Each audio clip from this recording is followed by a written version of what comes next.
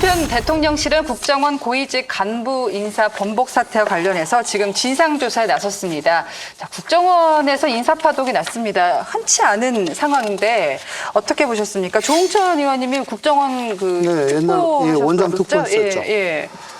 저는 이명박 정부 초창기에 원장 특보를 했었는데 노무현 정부에서 이명박 정부가 됐었죠.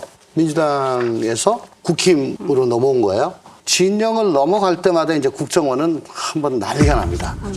정부가 바뀌니까 TK 출신들이 인사 정상화를 한다고 또 국정원 내부 치열하네요. 예.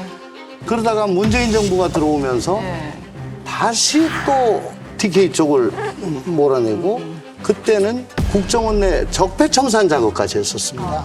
그러다가 5년 만에 다시 윤석열 정부가 됐는데 국정원장 최측근 A모 씨라는 분이 비서실장으로 계셨던 분이 이 사람이 농단을 했다라고 해가지고 지금 이 모든 문제가 생기고 1급 인사가 다 없던 걸로 되고 막 그랬잖아요. 근데 이분이 어떤 분이냐?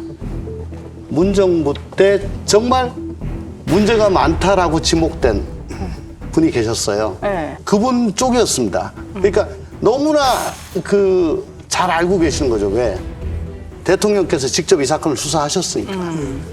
그쪽 세력이 다시 나와가지고 인사하는 건 안 돼.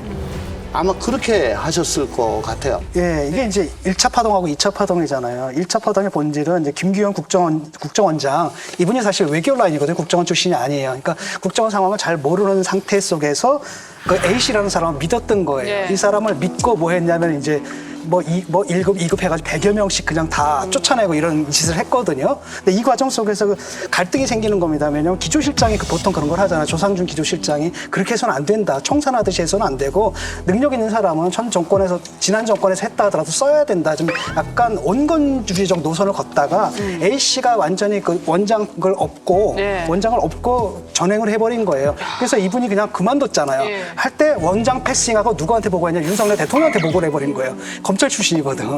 그러니까 사실상 국정원의 그 김기현 이분이 그 원장이 못 잡고 있는 거거든요. 그런 가운데서 모든 걸 모르니까 A씨한테 맡겼는데 이 사람이 지금 2차 농단하는 겁니다. 다 쫓아내고 그다음에 그 자리에 누구를 앉혔냐면 보니까 다 자기 동기들이에요.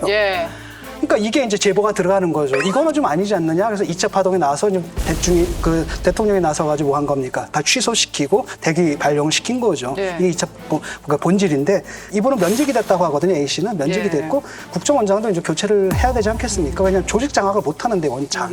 근데 진짜 이게 이 정보기관이 정권의 부침에 따라 가지고 이건 무슨 부침개 뒤집듯이 한 번에 이렇게 계속 이걸 뒤집듯이 한 번에 이렇게 계속 이게 무슨 문제가 생기냐면 휴민트가 대북 휴민트 다 깨졌다면서요? 저 동북 삼성에 있는 휴민트가 다 깨져요. 해외의 블랙 요원들이 이게 공중에 붕 떠가지고 인공위성이 돼버립니다. 이게 언젠간 돌아와가지고 이제 자리를 잡아야 되는데 자기 보낸 사람들이 다 날아가 버리니까. 그리고 해외 정보기관들하고 정보협력, 정협을 해서 주고받고 하거든요. 근데 이 과정에서 정협한 것들이 막 나가버리니까 KCIA하고는 정협을 못하겠다.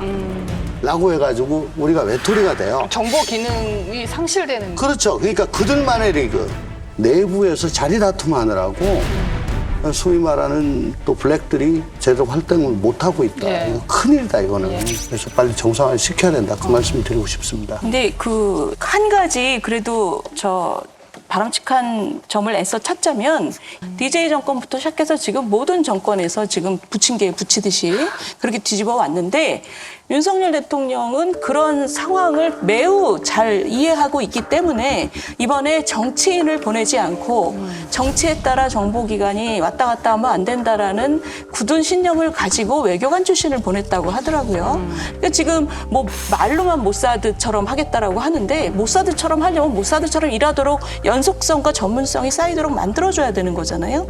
이번에 대통령께서도 이런 상황을 잘 알고 계시다고 하니 이거를 앞정권 때 너무 전행했던 사람을 내보내는 거가 중요한 게 아니라 기본적으로는 정말 연속성과 전문성을 가지고 쭉 정보기관으로서 작동할 수 있도록 구조를 만들어주는 거를 국민들이 지금 감시의 눈초리를 보내게 된 거죠. 그거 하나는 이번 사태에서 단 한 가지 좀 희망적인 일이라고 생각이 돼요. 여러분, 여기를 눌러서 구독을 해주시면 강적들 컨텐츠를 빠르게 만나보실 수가 있습니다. 알람 설정도 잊지 말아주세요.